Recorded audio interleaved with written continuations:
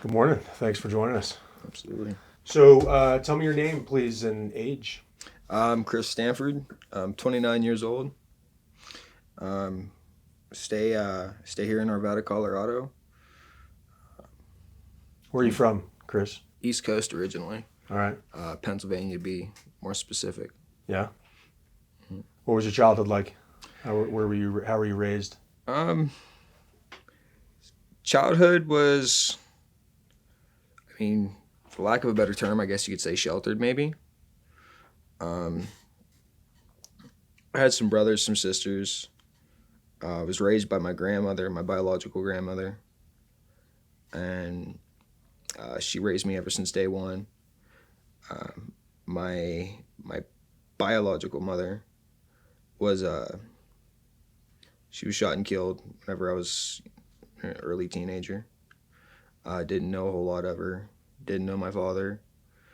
So it was just me and my gram. And like I said, I had some brothers and sisters, but they all went to placement and like juvenile hall stuff like that. Um, didn't really have a whole lot of social life. My mom, my gram, she couldn't afford to do a lot of the things that a lot of the other families and stuff were doing. So it was really just her and I a lot of the times. So uh, You keep in touch with any of your family, your brothers? not so much anymore. Whenever my mom passed away, I think it was like coming up 7 years ago, 8 years ago now. Um, we all kind of just broke off and went our own separate ways. They they stayed back in PA, and I kind of went on the road trying to find myself. Yeah. How did you, as you were on the road, how did you end up in Colorado? Just doing worked my way out here. Left PA, and particularly I was in the fiber trade, fiber optics, running a new build. And that took me from Ohio to New York, Minneapolis, um, just all over the United States, really. Uh, and then I met a girl in Ohio. She did a lot of traveling with me, and by the time we made it here to Colorado, it wasn't working out. So we decided to go our own separate ways. After her and I split, I got back into the construction field.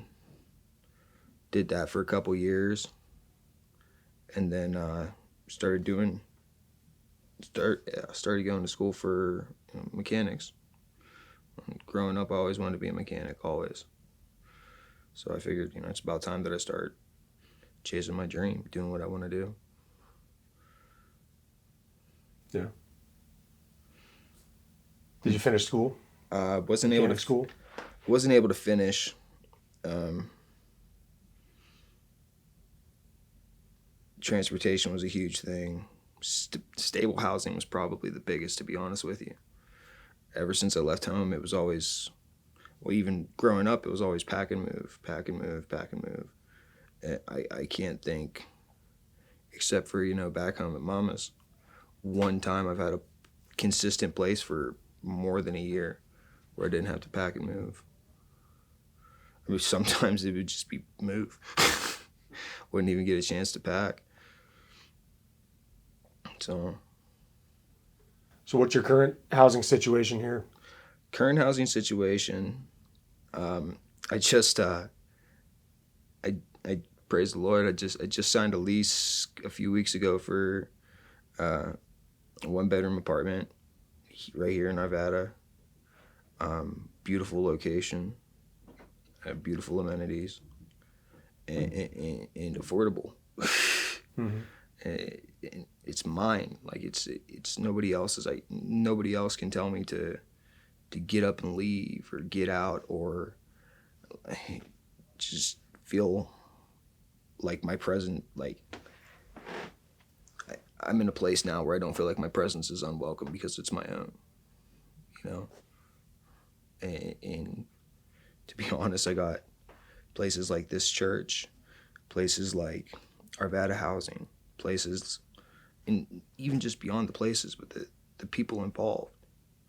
Like they've been by my side ever since I came through this door. First was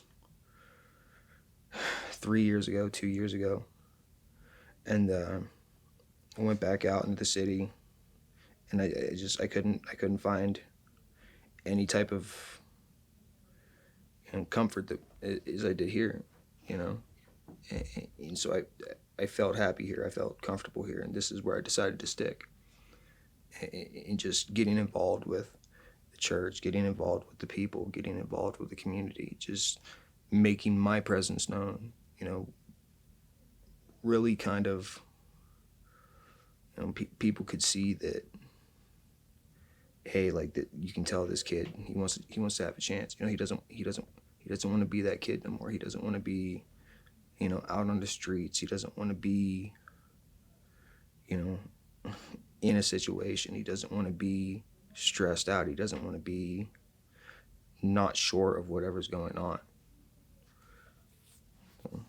And just because of this church, this place, this community, these people, that kid has started to become a man.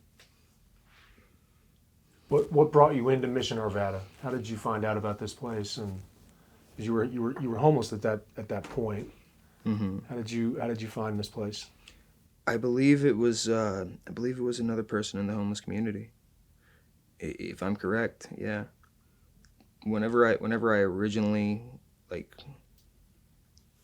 fell on my face on the street, I had 2 jobs, an apartment, 2 cars, all the tools, you know, whatever I could need or utilize to make myself comfortable, to feel like I was secure in a sense. And I mean, especially with the pandemic, but one day came and the next day it was all gone. And this was only right down the road from the church here. And I just kind of like went out walking. I started talking to people, and a lot of people started bringing up, you know, the Rising Church. And I came to the door the one day and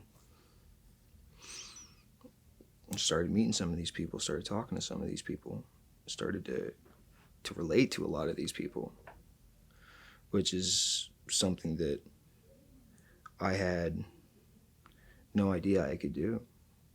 But before I came to that level, I was the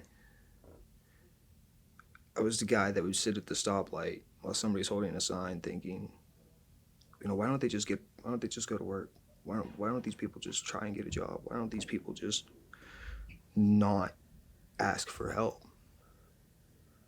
And I mean, until I actually like reached a position, I had no idea.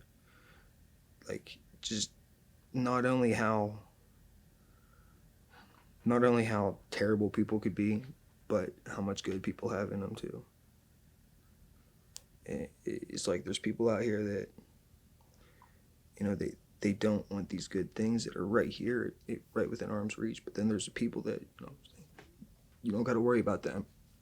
Those might be the people that will never change. But if you really want anything you can have, then we can help you get it. And it just takes a little bit of dedication, a little bit of consistency. So this place has done that for you? Yeah. Yeah. This place has provided understanding, compassion, love, family,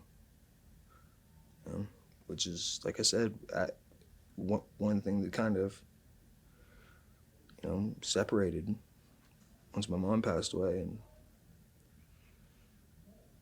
I found all that here.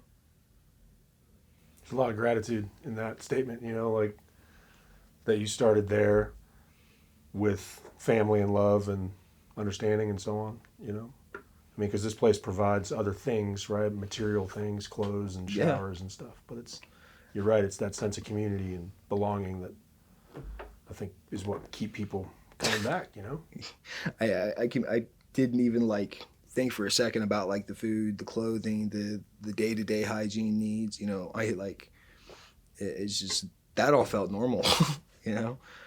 And, maybe it's just because I immersed myself so well into this church, into this area, that, you know, things like that I never had to worry about. You know what I mean? So So what does the future hold? You know, now that you've got your place, you're off the street. You know, like I said, how do you keep that? stability's always been a huge thing, and once again, I believe that anything could happen. You know, we're on our way to heaven, if you will. You know, we could have anything we want if the desire is true and right. It's just we gotta know what we want. We gotta know it's in the works for the Lord, and He'll give it to us. Me, I've always wanted to be a mechanic ever since I was that tall. Always wanted to be, and I lived that life. Right now, I'm doing performance exhaust systems. I got to work on a 1970 Dodge Charger. I got to do all these cool exhaust systems on all these cool vehicles. You know, and I don't have to worry. Like, I know I can wake up and go there, and this opportunity is still going to be there. You know, I get to go to sleep looking forward to that opportunity still being there. You know, because I'm the one that signed that contract. I'm the one that wanted that.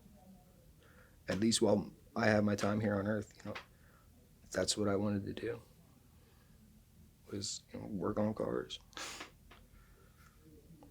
And You got some opportunities now, huh? yeah, onward and upward. Onward and upward. It's good to see. It's good to hear. What would you say to somebody who who doesn't know anything about homelessness, or the situation that people are in? What would you say to that individual or those people out there? Tactfully. Tactfully.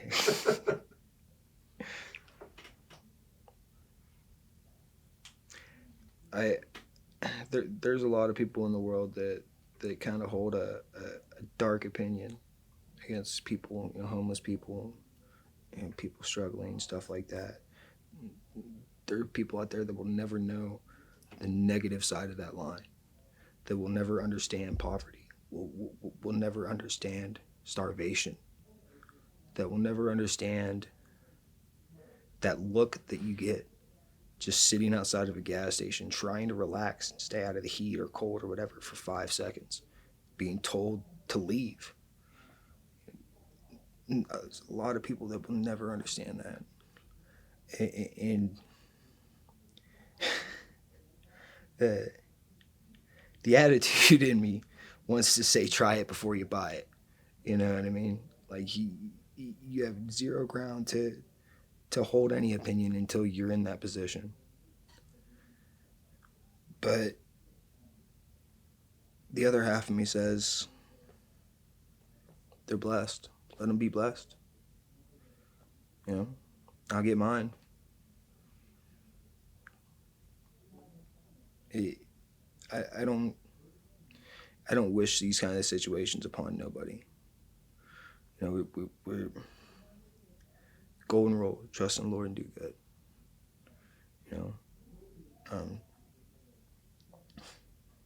But how should I say this? A lot of people don't know that good, and it's sad. And like I said, they won't understand until they've been there. I know I sure didn't. I've always worked hard because I've always been a part of poverty. I never wanted to be hungry. I never wanted to to struggle, but it happened. And praise God that it did, because otherwise I wouldn't have had this humbling experience that I had. You know, it really kind of, enlightened me. I wish there was more that I could say, more that I could express to show people that, we're not so different. We're built to adapt a different way. And maybe there would be a little more understanding. Yeah.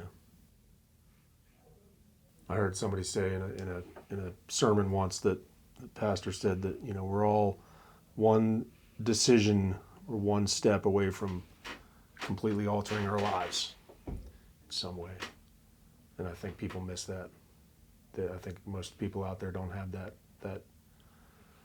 that context or understanding or empathy. So hopefully you can keep changing people's minds. But the way I see it is, there's good, there's the bad, and there's a line in between. It doesn't fade, but there's a line in between. That's who we are. You've heard the term, walk a line. We are that line. We're always in the middle of right or wrong, good or bad, dark or light. We live on that line. And it's just, you'd be surprised what you notice if you aren't looking for it.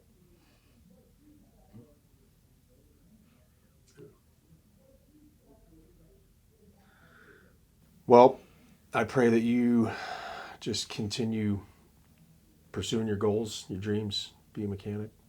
Keep coming in here. Keep helping people too. Appreciate you, man. Thank you. Likewise, thank you. Yeah, right on.